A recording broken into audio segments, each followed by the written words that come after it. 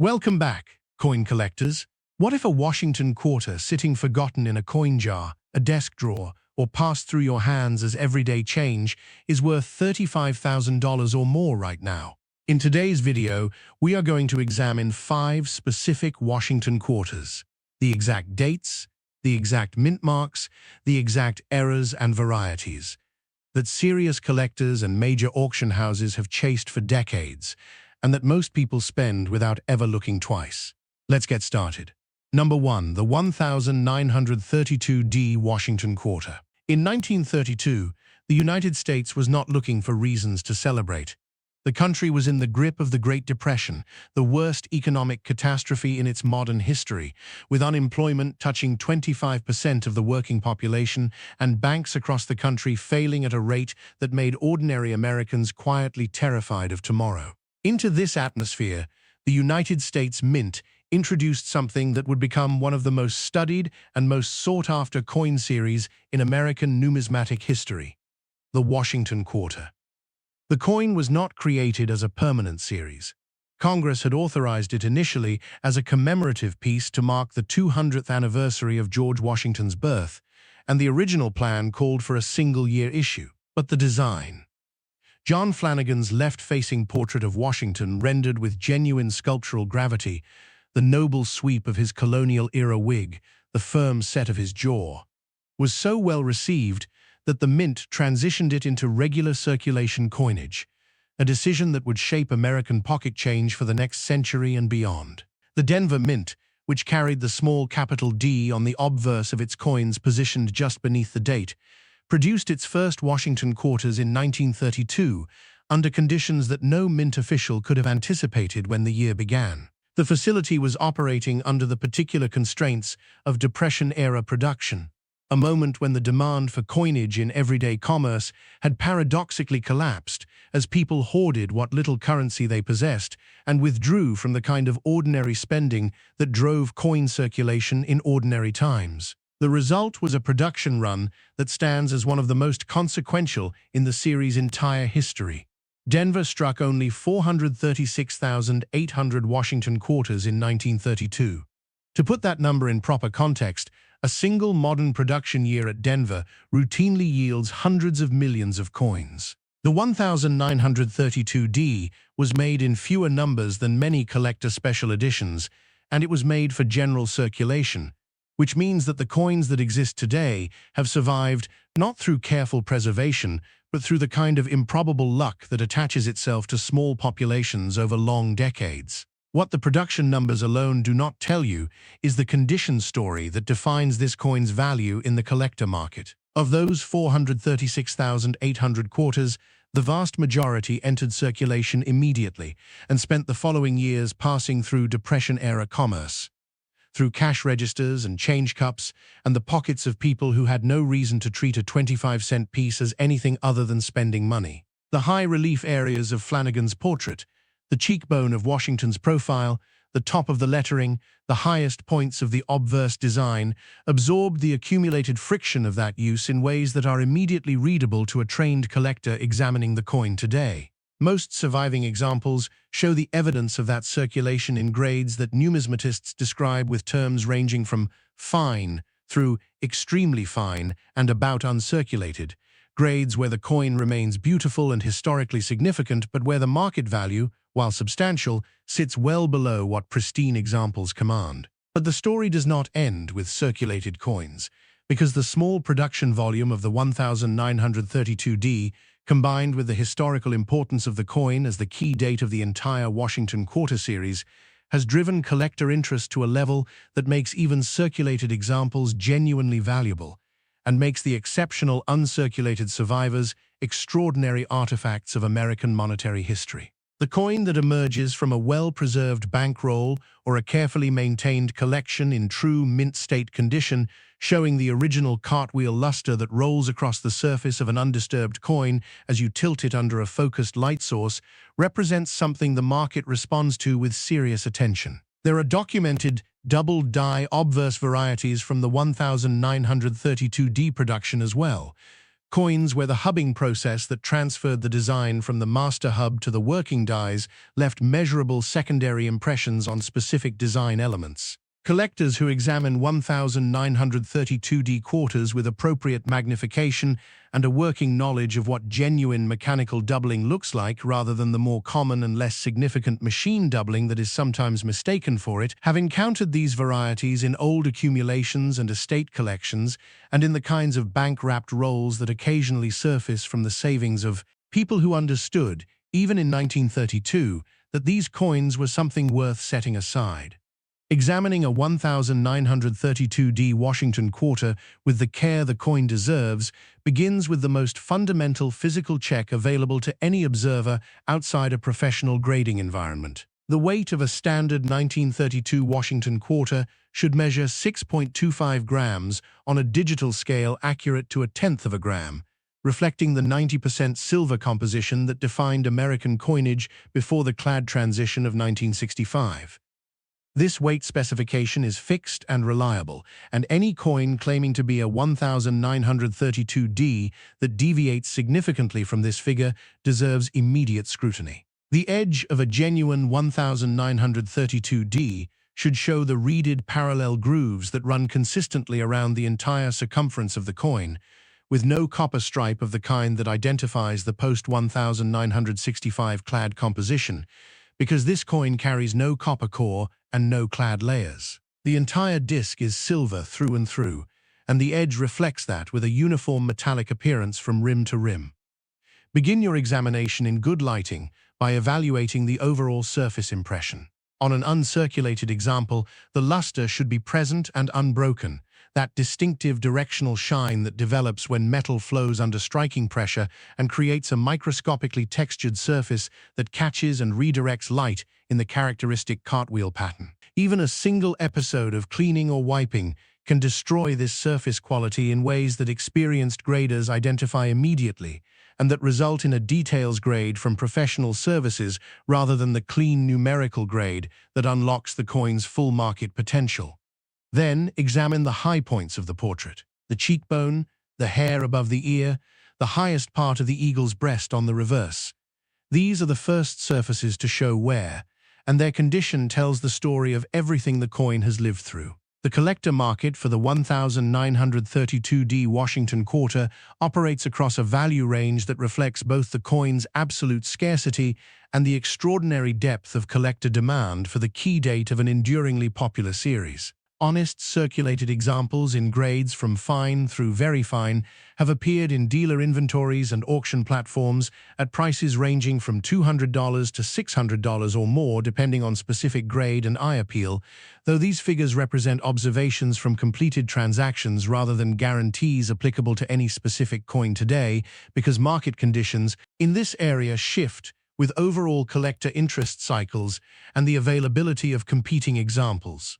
Uncirculated examples begin to attract serious attention from institutions and advanced individual collectors alike. Certified mint state examples graded by professional services such as PCGS or NGC at the MS63 level have appeared in documented auction results at figures ranging from $2,000 to $5,000, while exceptional gem quality specimens certified at MS65 have commanded prices reaching $15,000, $20,000, and in the finest documented examples, $35,000 or more at major auction events.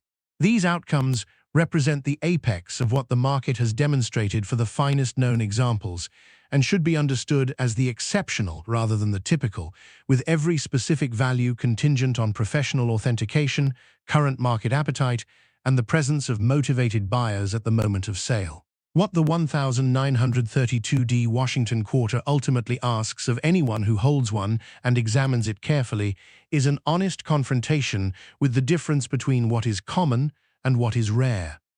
Most Washington quarters produced in the nearly century-long history of the series are genuinely common coins, available in abundance and carrying little or no premium above face value. The 1932D is not one of those coins. It is the coin that began the series, produced in one of the smallest mintages in the design's history, during one of the most difficult years in the nation's economic memory, and its survival in meaningful numbers at meaningful grades is one of the quieter miracles of American numismatic history. The collector who encounters one in an old collection, in an inherited box of coins, in a roll purchased from an estate sale, is holding something that deserves every moment of careful attention they can give it. Because what comes next in this series carries its own remarkable story. A coin struck simultaneously with the 1932D at a facility on the opposite coast, under the same Depression-era constraints, and with a production figure even smaller than the one we have just examined, that has driven decades of debate among specialists about which of the two truly deserves the title of the harder coin to find, in exceptional condition. Number 2, the 1932's Washington Quarter. In the same year that the Denver Mint was producing its 436,800 Washington Quarters under the economic pressure of the Great Depression, the San Francisco Mint was undertaking its own first run of the new series with a production figure that remains, to this day, one of the defining facts of Washington Quarter collecting. San Francisco struck 408,000 Washington Quarters in 1932, fewer coins than Denver. A production run so small that numismatic historians have spent decades examining the circumstances that produced it, the equipment limitations, the demand forecasts, the institutional decisions that resulted in a mintage that would eventually make this date one of the most sought-after coins in the entire American series. The San Francisco Mint had been one of the most storied facilities in American coinage history, established in the wake of the California gold rush of 1849 to process the extraordinary wealth of precious metal flowing from the Sierra Nevada and to convert it into the coins that a rapidly expanding Western economy needed. By 1932, the facility had been striking coins for more than 80 years, through booms and busts and monetary reforms and 2 world wars, and it carried in its institutional memory the accumulated expertise of generations of mint workers who understood the craft of coinage at a level that most observers never thought about when they handled the coins that emerged from those presses. The small S mint mark on the 1932S, positioned on the obverse below the date in the location that San Francisco coins of this era carried it, is more than a letter.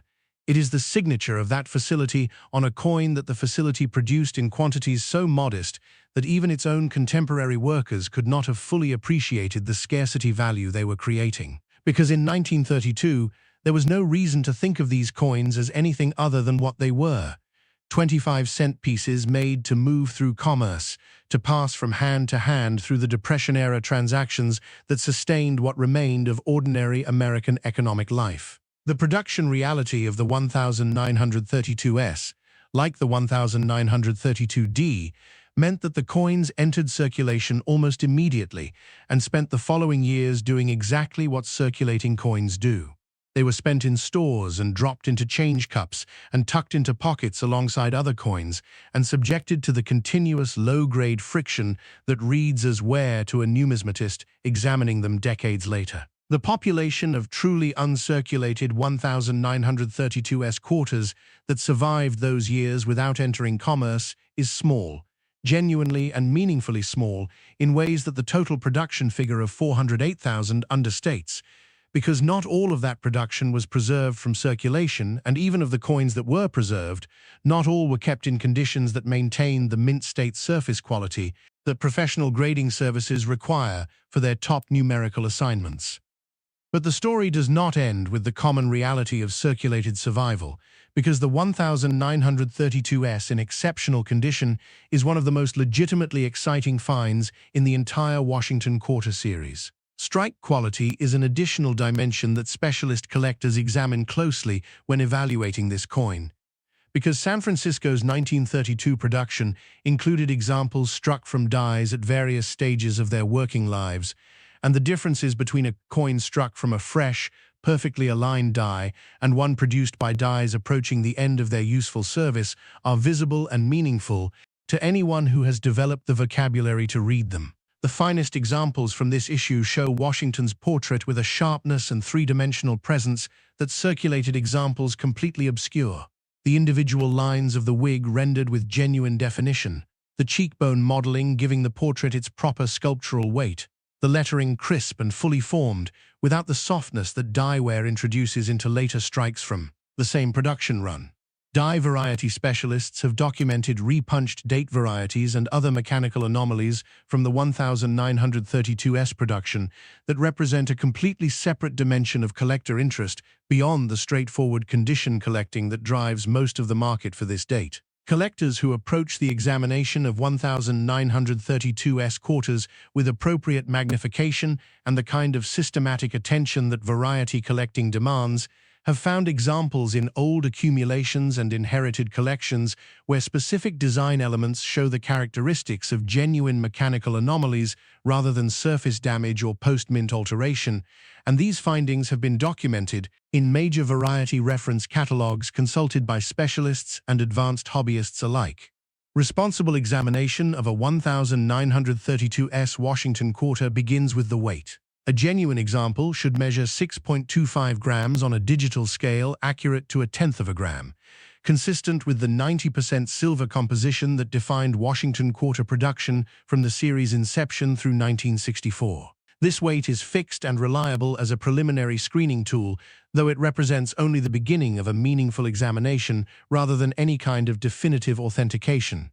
The edge should show clean, evenly spaced reading around the entire circumference with no copper stripe and no irregularity in the groove depth or spacing that might indicate post-mint modification. Then, examine the surfaces in good light, tilting the coin slowly to evaluate whether the cartwheel luster is present and unbroken or whether the high points show the gray, flat appearance that friction leaves on circulated examples. Even modest circulation on the cheekbone of Washington's portrait represents a meaningful difference in collector terms, moving the coin from the mint state grades, where its most significant value is concentrated, into the circulated grades, where the market, while still serious, operates at a different level entirely. The collector market for the 1932S Washington quarter encompasses a value range that parallels and in some dimensions rivals that of the 1932D, with specialists debating for decades which of the two key dates is genuinely scarcer in the grades that matter most to advanced collectors. Honest circulated examples in grades from fine through extremely fine have appeared in dealer inventories and at auction at prices ranging from $200 to $600 and above, depending on specific grade determination and the visual appeal of the individual example, though these figures represent historical observations from completed transactions rather than guarantees of what any specific coin might bring today. Uncirculated examples certified by major grading services at the MS63 level have appeared in documented auction results at prices in the range of $2,000 to $4,000, while gem-quality examples certified at MS65 have commanded $10,000 to $25,000 or more in documented auction events involving motivated specialist buyers. These figures represent the exceptional end of a value spectrum and should be understood accordingly, with professional authentication through a reputable third-party grading service remaining the absolute prerequisite for any coin to command a premium in the serious collector marketplace. The 1932S Washington quarter teaches something that every collector who studies it seriously eventually absorbs: that the most important coins in any series are not always the ones with the most spectacular stories attached to them. There is no dramatic error here, no famous mistake, no industrial accident that created a handful of accidental rarities in an otherwise common production. There is simply a number, 408,000. And that number, compounded by 90 years of circulation and loss and the indifference of people who had no reason to think twice about a quarter, has produced one of the genuinely significant rarities in American coinage. The collector who finds a 1932S in an inherited collection, in a box of old coins purchased at an estate sale, in a bankroll that somehow escaped the attention of everyone who handled it before, is holding the other half of the key date pair that defines the most popular coin series in American numismatic history. What follows is a coin from a different era of the series and a different kind of rarity. Not a production scarcity, but a specific mechanical anomaly that occurred during the very first years of Washington quarter production and that collectors have been documenting and debating ever since. a variety so early and so well established in the specialist literature that its existence is not in question, only its location in the next collection you examine. Number 3. The 1934 double-die Obverse Washington Quarter.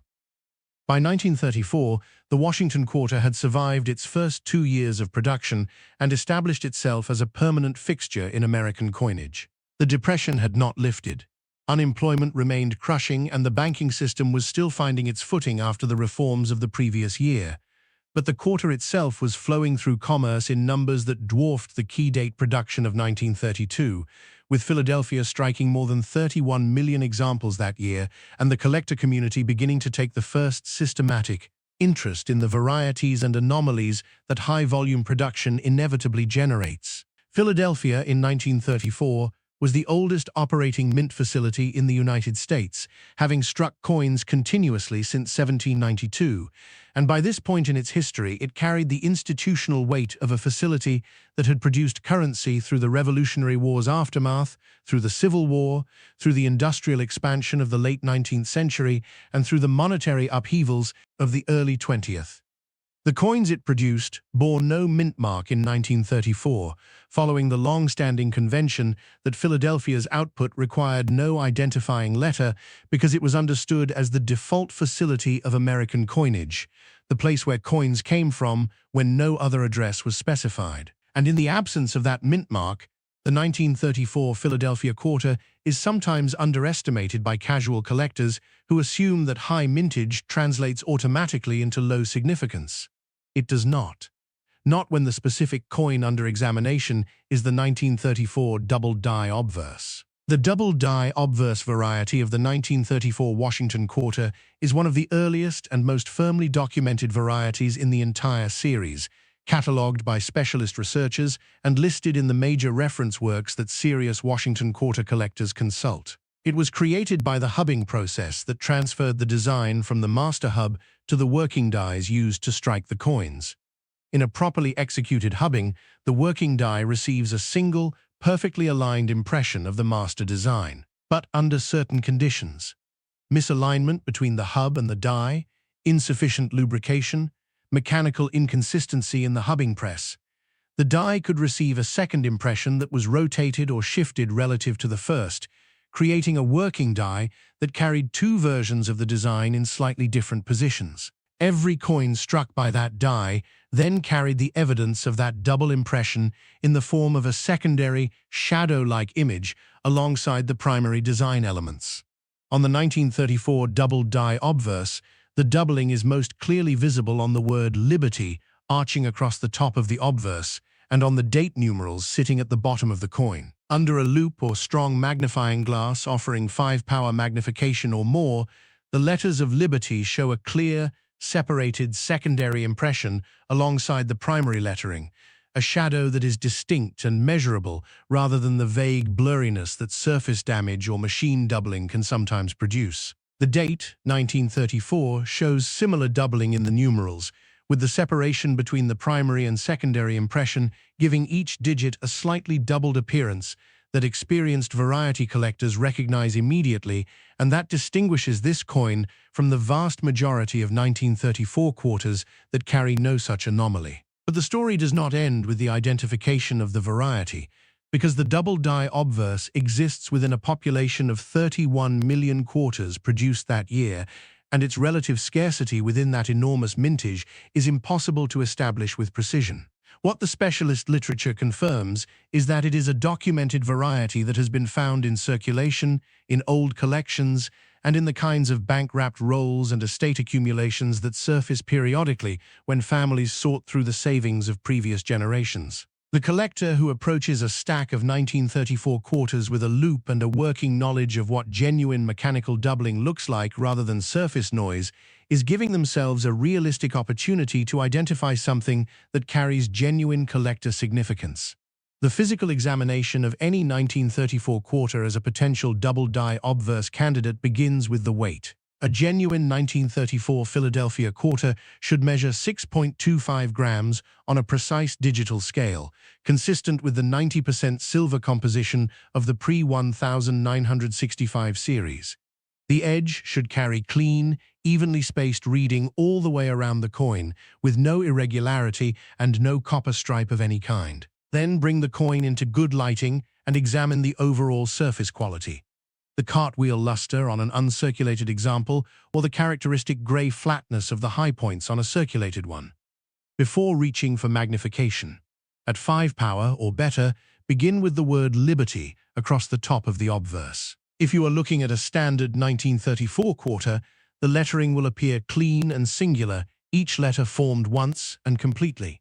If you are looking at the double-die obverse variety, the letters will show a clear secondary impression, separated from the primary by a distance that is visible and distinct rather than merely suggestive. Move then to the date numerals, where the same doubling should be present if this is a genuine mechanical double die rather than a coin with surface disturbance that mimics the appearance of doubling without carrying any of its collector significance. The collector market for the 1934 Philadelphia-Washington quarter in standard circulated condition is honest and straightforward. Most examples carry little or no premium above their silver metal value, which for a 90% silver coin of this weight represents a modest premium above face value, but not the kind of meaningful collector interest that distinguishes significant coins from bullion. But the 1934 double-die obverse occupies a completely different position in the market. Certified examples of this variety, graded by professional services such as PCGS or NGC, have appeared in auction results and dealer inventories at prices ranging from several $100s for clearly circulated examples to $2,000, $5,000, and above for well-preserved uncirculated specimens where the doubling is sharp and the surfaces show strong originality. These figures represent historical observations from completed transactions and should be understood as estimates contingent on professional authentication, current market conditions, and the presence of buyers specifically seeking this variety, conditions that cannot be guaranteed for any specific coin at any specific moment. The 1934 double-die obverse Washington quarter is, in the most fundamental sense, a coin hiding in plain sight. It looks like every other 1934 quarter at a casual glance. The same size, the same design, the same weight in your hand, the same silver gleam under light. The difference is invisible to the unaided eye in average lighting and becomes apparent only when a collector slows down enough to bring magnification to the lettering and apply the particular kind of focused attention that variety collecting demands. That gap between casual invisibility and careful visibility is where the collector opportunity lives. And what comes next in this examination is a coin where the hidden anomaly is not on the face of the coin, but in the tiny geographic signature on the obverse, a mint mark that carries within it a story of wartime pressure and industrial accident that specialists have documented and catalogued and debated with the particular intensity that only genuine rarity inspires. Number 4. The 1942 D over horizontal D Washington quarter. By 1942, the United States had been in the Second World War for less than a year, but the transformation of the American economy and the American government into a full wartime footing had already reshaped every institution in the country, including the mint facilities responsible for producing the coinage that kept commerce functioning while the nation mobilized. Denver was striking coins in 1942 under the particular pressures of wartime production demand, an economy suddenly working at full capacity, wages flowing into workers' pockets for the first time in a decade, and the ordinary mechanisms of daily commerce churning through currency at a rate that required the mint's presses to run hard and run continuously to keep pace. The small d mint mark on the obverse of the 1942 D Washington quarter, positioned just behind Washington's neck ribbon, slightly above the date,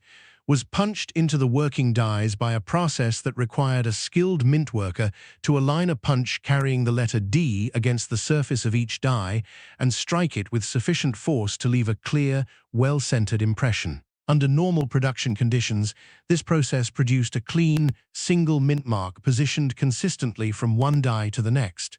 But under the particular pressures of wartime production, the pace, the volume, the cycling through new dies as older ones wore out faster than peacetime schedules would have required, errors in the mint mark punching process occurred with a frequency that specialists have documented across multiple dates and mint facilities from this era. The 1942D over horizontal D is one of the most clearly documented repunched mintmark varieties in the Washington Quarter series. On this coin, the working die received an initial mintmark punch that was rotated approximately 90 degrees, placing the D on its side, what numismatists describe as a horizontal D, before the die received a second, properly oriented punch that placed the D in its correct upright position. The result was a die that carried both impressions in the metal, and every quarter struck from that die carried the evidence of that double punching in a form that is visible under magnification at the location of the mintmark itself. What makes this variety particularly compelling is the accessibility of the examination. You do not need to search across the entire face of the coin or examine fine lettering at the edges of the design field. The anomaly is concentrated at a single, known location, the mintmark area just behind Washington's neck ribbon. Under a loop of 5 power or greater, a genuine 1942D over horizontal D will show the remnant of the first horizontal D impression alongside and beneath the upright secondary D, a ghostly horizontal element that protrudes from or underlies the properly positioned letter in a way that is distinct and documentable rather than ambiguous. But the story does not end with the identification of the variety, because the 1942D itself was produced in substantial numbers. More than 17 million coins struck that year at Denver, and the repunched mintmark variety represents a fraction of that production figure, a specific subset of dies rather than a characteristic of the entire run. The collector who works through a group of 1942D quarters looking for the variety is engaging in exactly the kind of systematic, patient examination that variety collecting rewards, because the variety is genuinely there to be found but requires the attention that most people who encounter these coins in change jars and old collections never think to apply. Examining a candidate 1942D quarter for the over-horizontal D variety begins with the baseline physical checks that apply to any Silver-era Washington quarter. The weight should measure 6.25 grams on a digital scale accurate to 1/10 of a gram, consistent with the 90% silver composition of the pre-1965 series. The edge should show clean, evenly spaced reading without irregularity and without any copper stripe, because the 1942D is a fully silver coin with no clad layers of any kind. Evaluate the overall surface condition.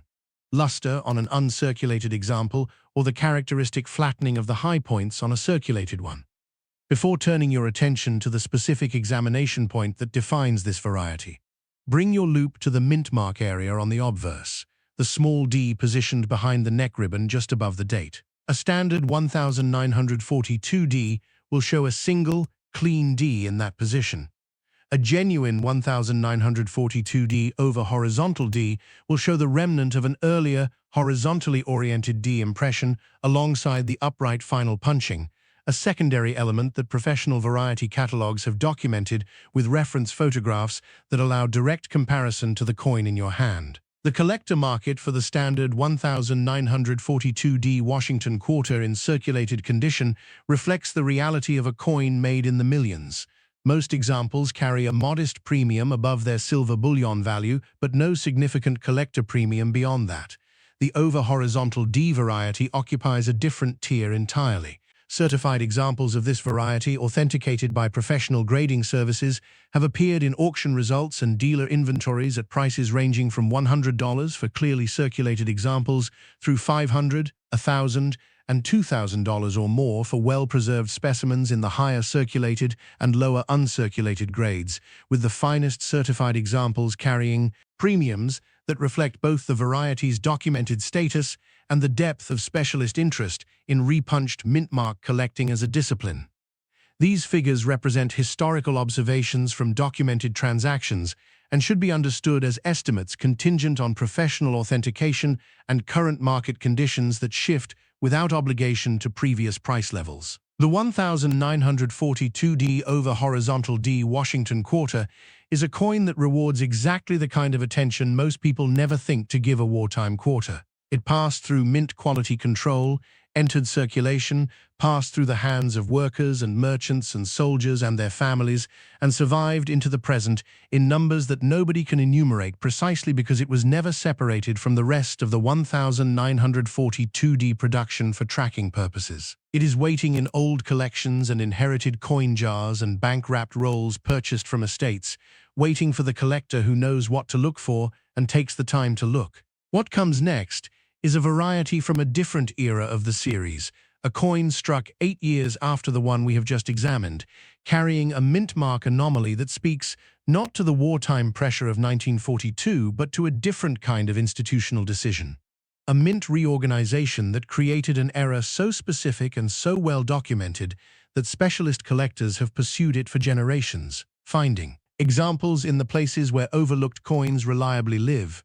Number 5. The 1950D/S Overmintmark Washington Quarter. In 1950, the United States was 5 years removed from the end of the Second World War and 6 months away from the beginning of the Korean conflict, occupying that particular moment of American history that felt on the surface like the beginning of something stable and prosperous, but carried beneath it the anxieties of a country that had barely finished one global crisis and could not quite believe the next one was already forming. The mint facilities that had run their presses through the war years were now operating in a different register. Not the emergency production pace of wartime, but the sustained, professional output of a mint system serving a growing economy with an expanding demand for coinage across a country where the consumer culture of the post-war era was transforming how money moved through daily life. Denver in 1950 was producing Washington quarters in the tens of millions, a volume that reflected the mature operational reality of a facility that had been striking coins continuously since 1906 and had developed over those decades the institutional knowledge and technical expertise that high-volume precision production requires. The mint workers who operated the Denver presses in 1950 were not the same individuals who had worked through the wartime rushes, but they were the inheritors of a mint culture that carried its practices and its standards forward through training and institutional memory in ways that made the facility one of the most consistent and experienced in the American mint system.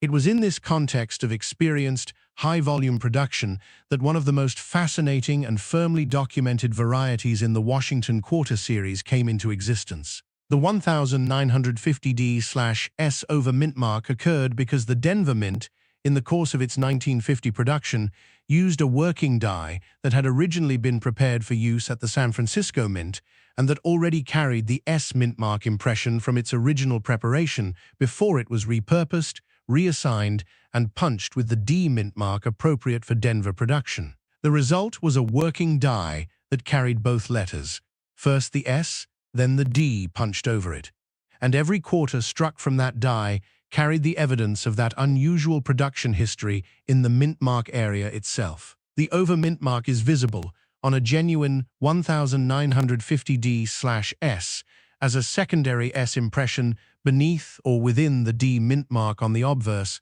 positioned behind Washington's neck ribbon above the date in the location where the mint mark sits on all Washington quarters from this era. Under magnification of 5 power or better, the curve of the underlying S is detectable within the shape of the overlying D, a secondary element that does not simply suggest but clearly shows the presence of a different letter beneath the final punch. Specialist variety catalogs have documented this variety with sufficient precision that collectors working from reference photographs can make a confident preliminary identification before submitting the coin for professional authentication, though professional authentication remains the essential final step before any value can be meaningfully assigned or any transaction responsibly considered.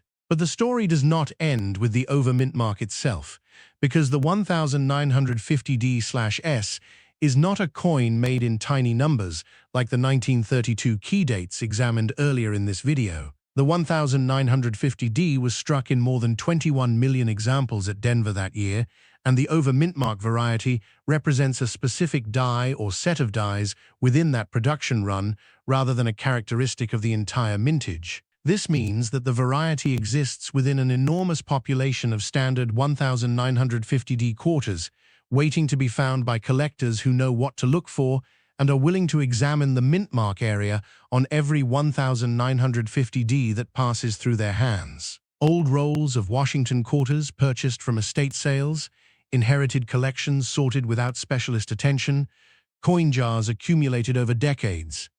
These are the places where the 1950D/S has been found before, documented in collector forums and auction house catalogs with enough frequency to confirm that the variety is genuinely available to the patient examiner without being so common that the collector premium attached to it has collapsed. Examination of a 1950D quarter as a potential Overmintmark candidate follows the same fundamental approach that responsible examination of any silver-era Washington quarter requires. The weight should measure 6.25 grams on a digital scale accurate to 1/10 of a gram, reflecting the 90% silver composition that defines all Washington quarters from this period. The edge should show clean reading without irregularity and without any copper stripe, because 1950 production predates the clad transition by 15 years, and these coins are fully silver in composition. Evaluate the surface quality. The rolling cartwheel luster on an uncirculated example, or the high point wear on a circulated one. And assess the overall strike quality at the center of the reverse eagle's breast, where strike weakness reveals itself first on quarters of this era. Then bring your magnification to the specific examination point that defines this variety. The mint mark area on the obverse, behind Washington's neck ribbon just above the date. A standard 1950D will show a single, clean D in that position, well-centered and fully formed. A genuine 1950D/S will show the underlying curve of the S beneath and within the D, a secondary element that trained variety collectors recognize as the signature of the reassigned die and that professional grading services have certified on documented examples in the collector market. The collector market for the 1950D/S Overmintmark Washington quarter occupies a position in the value spectrum that reflects both its documented status as a confirmed variety and the depth of collector interest in the Washington quarter series as a whole. Standard circulated 1950D quarters carry a modest silver bullion premium and little collector interest beyond that, because the supply of common examples is effectively unlimited at any realistic price level. The 1950D/S variety is a different matter entirely. Certified examples authenticated by professional grading services have appeared in auction records and dealer inventories at prices ranging from several $100s for clearly circulated examples through $1,000, $3,000, $5,000, and in especially well-preserved examples $8,000 or more, with all of these figures representing historical observations from documented transactions rather than guarantees of what any specific coin might bring in today's market. Professional authentication through a reputable third-party grading service is the absolute prerequisite for any Overmintmark variety to command a serious premium in the collector marketplace, because the difference between a genuine Overmintmark and a coin with surface damage in the mintmark area requires expert examination that personal observation, however careful and methodical, cannot reliably provide. The 1950D/S Washington quarter offers something that the condition rarity coins examined earlier in this video do not, a specific, localized feature that any collector with a quality loupe and the reference photographs from a major variety catalog can use as a starting point for preliminary identification. You do not need to evaluate the subtleties of luster or the specifics of strike quality first. You go to the mint mark, you apply magnification, and you either see the underlying S or you do not. That clarity of examination is part of what makes Overmintmark varieties so appealing to collectors who are building their skills. There is a definitive thing to look for in a definitive place, and the vocabulary for describing what you find is well established in the specialist literature that the numismatic community has developed over decades of careful documentation. There is something that all 5 coins examined in this video share, despite the differences in their dates, their mint marks, their era types, and their value ranges. They are all Washington quarters, coins that most people in America have held in their hands hundreds or thousands of times without examining them with any particular attention, coins that the ordinary machinery of commerce treats as interchangeable and functionally invisible. And yet each of them carries within its design and its history and its specific physical characteristics a story that becomes more compelling the more carefully you look. The 1932 key dates carry the story of a series born in the worst economic year of the 20th century, produced in numbers so small that their rarity was essentially built in from the day they left the press. The 1934 double-die Obverse carries the story of a mechanical anomaly from the earliest years of the series, a hubbing error that left its shadow on an unknown fraction of that year's production and that has been showing up in old collections ever since. The 1942D over horizontal D carries the story of wartime production pressure, of mint marks punched in haste into dies that needed to be ready faster than careful alignment permitted. And the 1950D/S carries the story of a single die that traveled between mint facilities, carrying its original geographic signature into a production run where it did not belong, creating an artifact of institutional decision-making that collectors have pursued for generations. None of these coins will announce themselves loudly. They will not look different from the others in a handful of change or a jar of accumulated quarters. The difference between a coin worth 25 cents and a coin worth $35,000 can come down to the number stamped beneath a date, the shadow of a second impression on a letter, the curve of a previous mint mark beneath a final punch. And the only way to know which coins in your possession carry those differences is to look. Carefully, methodically, with the right tools and the right knowledge and the realistic understanding that most coins, even carefully examined ones, will turn out to be exactly what they appear to be. But the ones that are not will not tell you so unless you ask. Subscribe so you never miss the next coin in this series, because what comes next involves a date that experienced collectors treat with a reverence that casual observers find puzzling until they understand the story behind it. A story about a coin made in enormous numbers that almost nobody saved, in a condition that almost nobody maintained, and that has become genuinely scarce in the grades that matter in ways that the raw production figures do not begin to predict.